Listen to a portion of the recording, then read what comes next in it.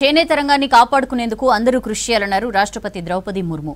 భారత సంస్కృతి సంప్రదాయాల్లో చేనేత రంగం ఒకటన్నారు. చేనేత కార్మికుల కృషి గొప్పదని, తమ కళను వారసత్వంగా అందించడం అభినందనీయమన్నారు. యాదాద్రి జిల్లా భూదాన్ పోచంపల్లిలో పర్యటించారు రాష్ట్రపతి. చేనేత పరిశ్రమతో గ్రామీణ ప్రాంత ప్రజలకు ఉపాధి దొరుకుతుందన్నారు రాష్ట్రపతి ద్రౌపది ముర్ము.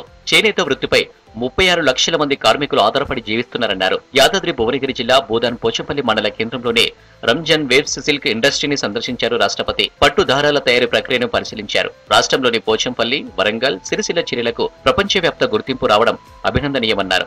కార్యక్రమంలో మంత్రులు తుమ్మల నాగేశ్వరరావు, సీతక్క, టెక్స్టైల్ శాఖ కార్యదర్శి జయేష్ రంజన్, కేంద్ర ప్రభుత్వ జౌళి శాఖ సెక్రటరీ రచనా షా, पोचमपल्ली नेता कलाकारुलु पाल्गొన్నారు.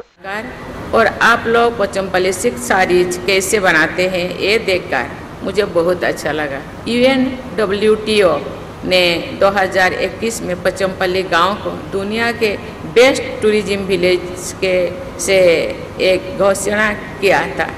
मैं इस विषय उपलब्धि के लिए आपको बधाई देती हूँ और आपकी सराहना करती हूँ. రాష్ట్రపతి ముర్ముకు చీరలకు ఉపయోగించే వివిధ రకాల డిజైన్లను వివరించారు నేత కళాకారులు. అక్కడ ఏర్పాటు చేసిన రత్నాలను తిప్పుతున్న మహిళలతో కాసేపు ముచ్చటించారు ద్రౌపది ముర్ము.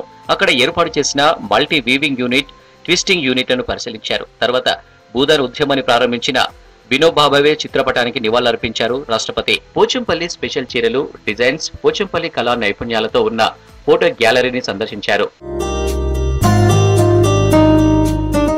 బాలాజీ ఫంక్షన్ హాల్లో ఏర్పాటు చేసిన చేనేత థీమ్ సభలో పాల్గొన్నారు రాష్ట్రపతి. చేనేత కళాకారులు తమ నైపుణ్యాలను రాష్ట్రపతితో పంచుకున్నారు. వారు నేసిన భారతదేశం చిత్రం మధ్యలో రత్నం ఉన్న కాటన్ క్లాత్ ను రాష్ట్రపతికి బహూకరించారు. పద్మశ్రీ, సంత్ కబీర్, జాతీయ పురస్కార గ్రహీతలతో మాట్లాడారు రాష్ట్రపతి.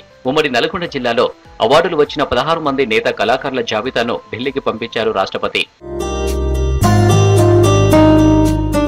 పోచంపల్లిలో రాష్ట్రపతి పర్యటనలో అపశృతి చోటు చేసుకుంది. హెలికాప్టర్ ల్యాండింగ్ సమయంలో గాలికి ఎగిరిపడ్డారు పోలీసులు. ఈ ఘటనలో ఉప్పల్ ట్రాఫిక్ ఏసీపీకి చేయి విరగగా 2 కానిస్టేబుళ్లకు గాయాలయ్యాయి.